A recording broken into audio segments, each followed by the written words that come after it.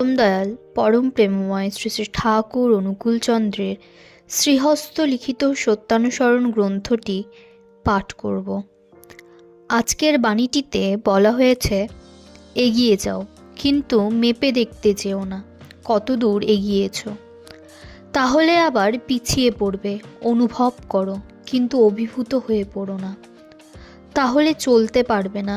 যদি অভিভূত হতে হয় তো ঈশ্বর প্রেমে। যত পারো সেবা করো, কিন্তু সাবধান, সেবা নিতে যেন ইচ্ছে না হয়।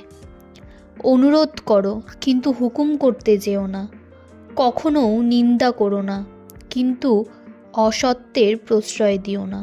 ধীর হও, তাই বলে আলসে দীর্ঘশ্রুতি হয়ে পড়ো না। ক্ষিপ্র হও, কিন্তু অধীর হয়ে বিরক্তিকে ডেকে এনে সব নষ্ট করে ফেলো না। বীর হও, কিন্তু হিংস্রক হয়ে বাঘ ভাল্লুক সেজে বসো না। স্থির প্রতিজ্ঞ হও, গোড়ার হইও না। তুমি নিজে সহ্য করো, কিন্তু যে পারে না তাকে সাহায্য করো। ঘৃণা করো না। সহানুভূতি দেখাও, সাহস দেখাও।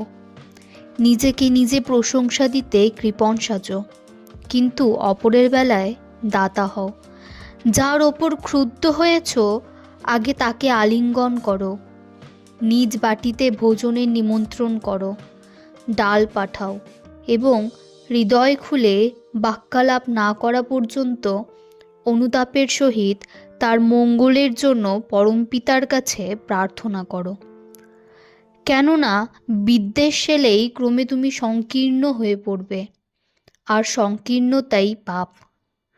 যদি কেহ তোমার কখনো অন্যায় করে আর তার একান্তই প্রতিশোধ নিতে হয়, তবে তুমি তার সঙ্গে এমন ব্যবহার করো যাতে সে অনুতপ্ত হয়। এমনতর প্রতিশোধ আর নেই। অনুতাপ তুষানল, তাতে উভয়েরই মঙ্গল। বন্ধুত্ব খারিজ করো না, তাহলে শান্তিতে সমবেদনা ও সান্ত্বনা পাবে না। তোমার বন্ধু যদি অসতও হয়, তাকে ত্যাগ করো না, বরং প্রয়োজন হলে তার সঙ্গবদ্ধ করো, কিন্তু অন্তরে শ্রদ্ধা রেখে বিপদে আপদে কায় মনোবাক্যে সাহায্য করো, আর অনুতপ্ত হলে আলিঙ্গন করো।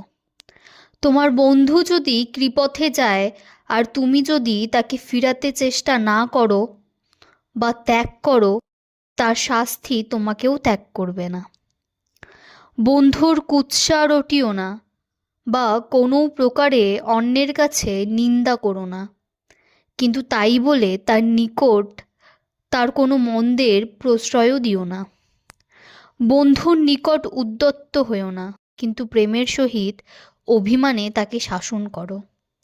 বন্ধুর নিকট কিছু প্রত্যাশা রেখো না, কিন্তু যা পাও প্রেমের সহিত গ্রহণ করো। কিছু দিলে পাওয়ার আশা রেখো না, কিন্তু কিছু পেলে দেওয়ার চেষ্টা করো। জয়গুরু বলে আজকের বাণীটি এখানেই শেষ করছি।